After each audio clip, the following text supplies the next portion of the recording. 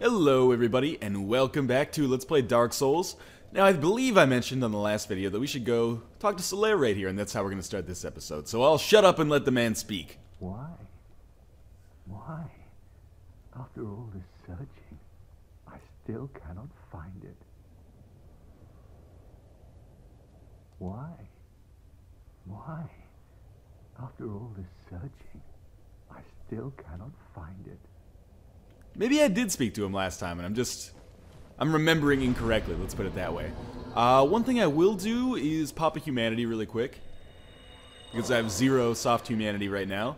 And then I will use this to kindle the bonfire. You might be noticing some frame rate issues. That is because, you know, anytime you get a lot of lava in the game, sometimes the game tends to get a little bit choppy when you're looking at it. When you look away, frame rate totally perfect. Now, 225 souls, I hate that I am just going to basically let those float, but oh well. Okay, so on the last episode, we defeated Ceaseless Discharge in the Demon Ruins, then we defeated the Demon Fire Sage, and then we defeated Centipede Demon. So we're making some really good progress here, and we only have one more boss left in the area that we're going to, and I can't remember if we actually breached the gate that showed us the name of the area, but if not, we are in Lost Izalith right now. Now, if you recall from the opening cutscene, there was an NPC. Oh, there we go. Or not an NPC necessarily. Well, yes, an NPC, but like more important than your typical NPC. A character called the Witch of Izalith, who was one of the characters who helped break the scales of the dragons, thus allowing Gwyn and his crew of flunkies to defeat the dragons and usher in the Age of the Fire. One second, I'm just gonna come over here. I think that's a soul. Yeah, it's a soul item. But remember, I do have that orange charred ring, so I can walk across the lava, and that's exactly what we're gonna have to do. I actually find this area kind of difficult to see in, which is a sore spot for me. But you can see there's these things called bounding demons. Essentially, other people call them colloquially dragon butts. These guys are like pains in the asses. So we are going to just try to get around them without aggroing too many of them. You can fight them. Obviously that one is coming after me because I saw his choppy tail start to come down. You can fight them, but they are pains in the asses, especially if you don't have fantastic ranged weaponry, which I don't right now. I really should have gotten the Dragon Slayer bow. Oh god, let's get out of here. Really should have gotten the Dragon Slayer bow in Anor Londo, which, you know, a bunch of people suggested. I just didn't take them up on it. Let's see what we got here. There's another soul consumable item, and I've got to see if I still have aggro from these guys. Okay, well, we still got this fire guy, but this guy's a joke. So we'll just circle around here, two-hand our weapon, should be able to cut him down very easily. 4? No, only 3. Perfect. He didn't drop anything. Now we're going to make another kind of scary traversal. There's another pagoda over here, which we want to get to, but there's a lot of dragon butts basically like right next to us. So we're gonna run our way around here. I'm gonna ignore this dragon, but oh god! He blocked me in. I didn't know that could happen. And then we're gonna take the oh god, run. Could easily die. This is probably the most harrowing part of Lost Izalith. Not necessarily the most difficult, but certainly the most harrowing. Is he still chasing me? Did he just fall off the building or just do like a 30-foot high jump to try to get me? Either way, I feel relatively safe in this archway. Twin Humanities, it's a good item to pick up. Alright, looks like his aggro is gone. Which means we can try to get down here without getting aggro from that other one. There's probably an easier way than just jumping here and taking like 30% of my health off, but oh well. We'll come around here, and this is a very important secret. There is a bonfire in here. So really, I probably shouldn't have kindled the bonfire we were just at. Instead, I should kindle this one. But again, I'm rolling in humanity right now. In fact, let's use a twin humanity if I have a lot left. Yeah. Maybe not the best use of a twin humanity, but it does give us 2 soft humanity, so we can kindle this bonfire. And we'll also have a little bit of extra humanity just hanging, which would be nice for item discovery. And a little bit more incentive for me to not die. If I can make it to a point where I can use Quelaag's Fury Sword, then this will pay dividends, because obviously Quelaag's Fury Sword is a chaos weapon that does more damage when you have more soft humanity. Alright, 1 second here, I'm just preparing for the upcoming area. Making sure my computer doesn't fall asleep during recording, because that would be terrible. And I think that's what caused the desync in my In my original video for the Undead Asylum. Or for the Return to the Undead Asylum. My original video for the Return to the Undead Asylum. Alright, so then we're gonna run through this broken piece of crap right here. And we're gonna have a lot of enemies to deal with. I may just run past them all. That's typically how I do Lost Izalith. But there are some spots where we're gonna have to fight people here. Now I have kind of two choices as to what I can do in this video, because there's almost no way that I'm going to be able to do all of Lost Izalith in one video. I mean, there's one thing we could do, which is fight the Bed of Chaos, which is the boss in this area, and it's like the disformed, transfigured Witch of Izalith. And it's an interesting boss. It's kind of, oh god, get out of there. It's kind of unique in the Dark Souls canon of bosses, in that it's not a boss where you just try to get their health bar completely depleted. It's more of a boss where you have to go through you have to complete some actions, almost like a puzzle type boss, if that makes any sense. It'll make a lot more sense once we actually get there, I promise. And you know what, I think that's what I'm going to do this video, because it might seem short, but I'll probably die like 4 times trying to fight that boss, so maybe it won't be as short as you think. Are these guys still chasing me? Nah, I think they've given up aggro. Okay, perfect. Now we are pretty close to the boss too. Obviously, of course, I'll use some editing if we run into trouble. Now, I believe there will be an NPC invader coming up, and we may also have a pyromancer that we have to fight. Okay, here's the pyromancer. I really hate that move. Used constantly in PvP. Oh god, she might actually kill me. And Kirk invaded. Fantastic. Alright, so I think Kirk is over here. He's probably easier to kill. So if we can get him out of the way first, we'll be in a good position. I might as well use Great Chaos Fireball, to be honest with you, because I'm never going to be able to use it again. Not on the boss fight, anyway. Okay, he's vanquished. Now I need to heal before this Pyromancer gets me. I don't want to come down here. She's using Great Chaos Fireball on me. That's my move. Alright, so I picked up the humanity. How fast is this Pyromancer? Not fast enough. Okay, perfect. Heal a couple times. This is another situation where I probably should have upgraded my Estus before now. Just avoid the Great Chaos Fireballs from that Pyromancer. Great Combustion or something? I've never seen that before. Thought a single backstab would be enough. Sadly, no. That'll do it, though.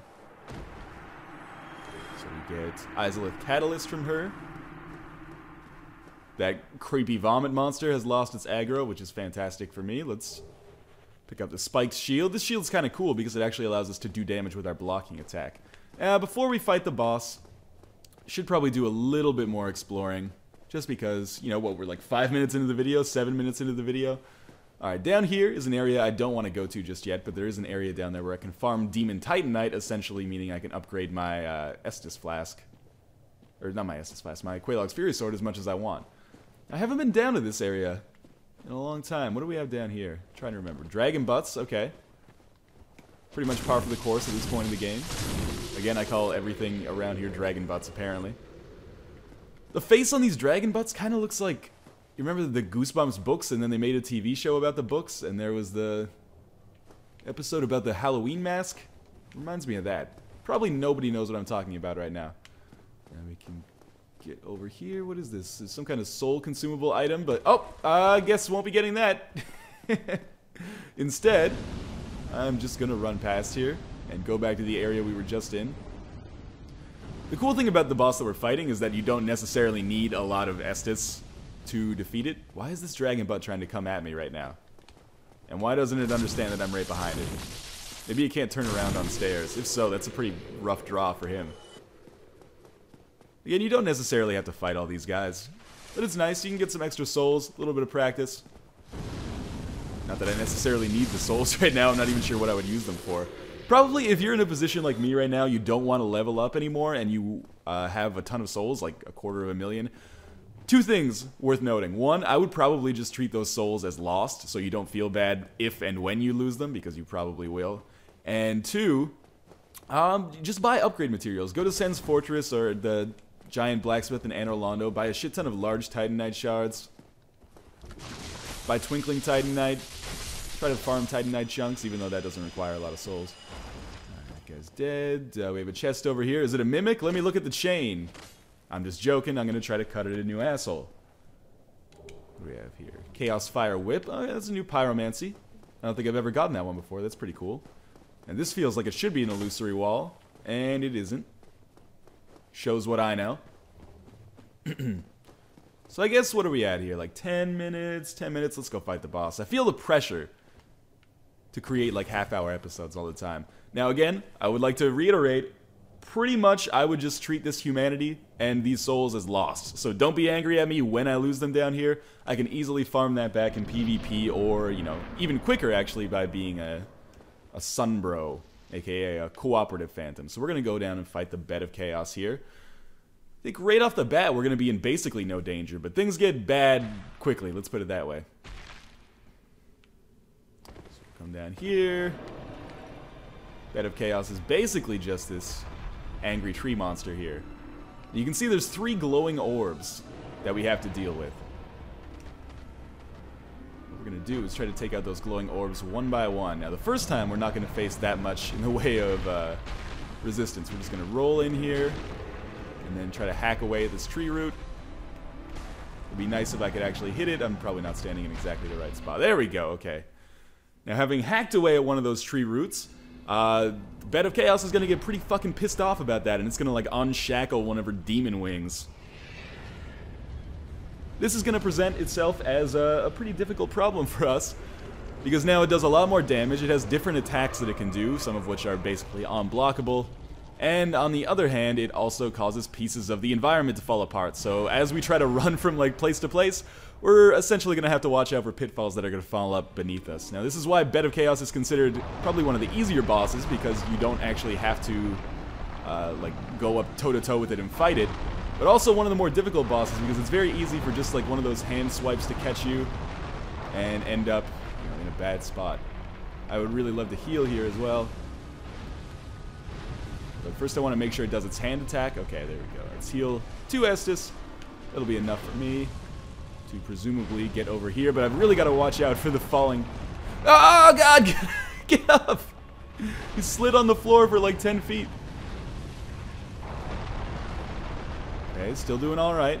That's the thing, it's not so much like watching out for damaging attacks, it's watching out for the attacks that it does that just kind of swipe you. Oh god, I died. Fuck, I was so close to getting to that second ball, too. Now, the shitty thing about this boss is that the bonfire is fairly far away, so you gotta run back through all that shit. I will do this one unedited, but in the, if I die many more times, I will definitely edit it out. And there's no real need for me to be human anymore, because, you know, I've already kindled the bonfire. Basically, no desire to summon anybody, and the Bed of Chaos is a terrible boss to be summoned for, because it's fairly difficult to get to it if you try to actually fight the enemies, which a lot of people try to do their first time, which is fine. I mean, it's a good combat experience, I suppose. But as a summoned phantom, it's really frustrating, because, you know, 9 times out of 10, your host is just going to get swept into a hole, and, you know, when the host doesn't defeat the boss, you don't get any souls, beyond the souls that you get for defeating the enemies, and you don't get any humanity either, so it's just kind of a waste of your time. In fact, in the late game, there's not a lot of great spots for summoning. You know, Seath the Scaleless, I can sometimes get some action there as a summoned phantom, depending on my level. Bed of Chaos, relatively no chance. Probably the worst, actually. 4 Kings, I've never seen a summon sign before 4 Kings. And Gravelord Nido, who will be fighting at the end of the Tomb of the Giants in the Catacombs area. Similarly, I've never seen a summon sign, although I believe that that's a little bit more popular of a summoning zone. The tricky thing is, you could be any level when you get to those points, right? Like, early on in the game, there's kind of bottlenecks where you're going to have to be X level. Like, for the gargoyles, you're never going to find anybody who's level 50 when they fight them. So keeping that, like, level window in mind. The late game is not great for summoning, but it's pretty awesome for PvP, especially if you're low level, because you invade up. So you can invade pretty much everybody. So we're going to go down into the boss fight again here. And the cool thing about this boss fight is that your progress is saved between deaths. So I don't have to go back and break open that left side again. I can just go straight for the right side. That's not that comforting for me, because I could just as easily get swept in by the right side here, but, you know, hopefully we'll do a little bit better. And again, there's my bloodstain, but I'm not that concerned about trying to pick up my souls in humanity. I'm already treating it as lost, essentially. Oh, and it's a good thing I did, because I just fell down the pit. Alright, well, this is the part where I will start to employ some editing. So I will see you guys after the cut, which will either cut to what will be my successful run, or I suppose a hilarious montage of me falling in that pit over and over. Oh well. Alright, so I've decided to try something a little bit different this time. Instead of going for the inside edge, I'm going to try to go for the outside edge. Because I think that will mean that the sweep won't actually be able to hit us right off the bat. Or it won't be able to knock us into the pit, let's put it that way. It's a little bit more harrowing though. You can see that I'm going to have to make one hell of a jump. Okay, maybe we should start by going with the inside edge. And then transition our way to the outside edge. That was pretty close. Almost got sliced in half right there. We'll just watch for the hands, man. There comes one. Good block. Block the second one, too. Now get through there as fast as fucking possible. Okay, made it under. Now we got a jump. Hey, that was a good jump. That was not. That was just a fall down the pit. God damn it. Yeah, I know. You died. Alright, let's try this again. Just gotta stay focused. Watch out for that enormous spike flame attack that it does all the time. And watch the hands. Always be watching the hands. A, B, W. Tight roll here. That's perfect. Now the jumping. So far, so good. Much better. Much, much better, in fact. Alright, looks like we're actually gonna get to the second core here of the Bed of Chaos. That only took me like 3 or 4 extra tries. I need to get in. There we go. This should do it. Maybe one more. Fantastic. Okay, now we've essentially unleashed the entire beast. So, both sides of the arena are going to collapse, and also the center of the arena. The only way that I know to get to the center of the Bed of Chaos at this point, which is how we defeat it, is to jump onto this tiny-ass little tree branch in the center of it, which is nearly impossible, so I anticipate another round of editing. But maybe I'll get really fucking lucky, and we'll come out ahead. See, that's the attack that is basically unblockable, I think. Oh my god. I didn't even stand a chance. I was just reborn a second ago. Okay. Heal up, 3 Estus. Yeah, you guys are right. I really should upgrade my Estus. That would save me a lot of trouble in the long run. So we'll try to jump our way back. Oh, no we won't. We'll just die here like a scrub. Cool, but that means next time we'll get kind of a clear shot right at the center of the Bed of Chaos. And maybe we'll actually be able to defeat it, which would be nice for me. Because this is actually one of my least favorite bosses in the game, even though it does have kind of a cool concept behind it. Alright, here's definitely our greatest chance for success on this entire boss run so far. I think I've died more fighting this boss than I've died in the rest of the Let's Play combined right now. Alright, so yeah, there's the fire. Now we're just gonna try to basically... Oh, this is gonna hurt. That looks like it's charging up for that AoE attack. Maybe just hands, okay. Now the floor should basically just fall apart here. Okay, now where is that giant tree? Oh god, there's the hands. Okay, there's the giant tree branch. Let's roll onto it. This is good so far. Now just keep rolling. Don't stop. They're gonna use pyromancy, anything they can use to stop you. Keep rolling! Oh, I should have used some grass before this fight to get better stamina regen. Oh, and I think that'll be it then. Okay, there, one shot at the bug at the center of the Bed of Chaos. That'll actually be the end of this boss fight, so we did get a Lord Soul. So as you can see, it's not like a difficult boss fight, it's just kind of an annoying boss fight. Although, I've talked to some people who say that they like this fight. Now, there should be a bonfire here. There it is. Now, I'm not sure if we're ever able to warp to this bonfire or away from this bonfire. Let me see. Can warp to... I don't think so. So actually what we're going to do... This is going to sound crazy. I got 61,000 souls back, actually. But we are going to go back to the bonfire that we were just at, because that's going to be kind of a good hub. How do I... Oh, maybe I can't go back to that bonfire that I was just at. I have to warp my way out. Which would be a damn shame, because I don't think I've set up a shortcut to send me back to Lost Izalith the easy way.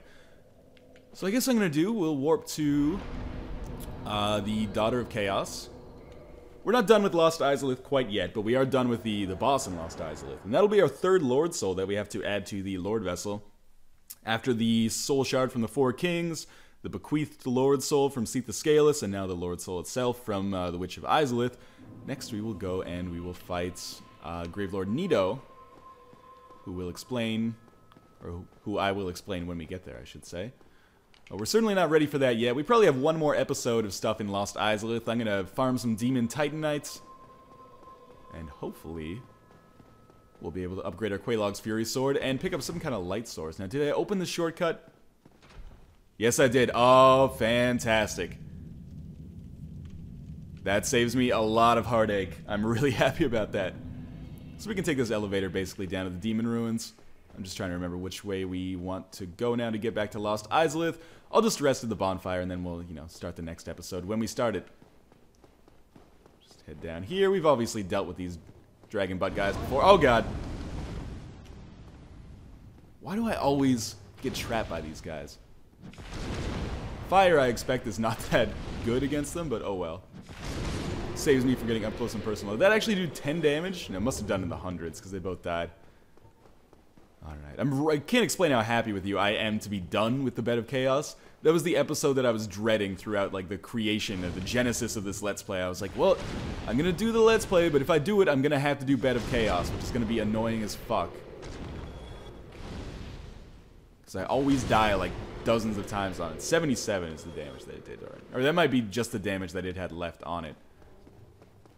Let's execute a tactical roll here. And we'll just go back to the bonfire before the Centipede Demon. And then on the next video, I'll make my way back through the areas of Lost Izalith that will allow us to hopefully get some kind of light sources. But as always, thank you guys for watching, and I will see you next time.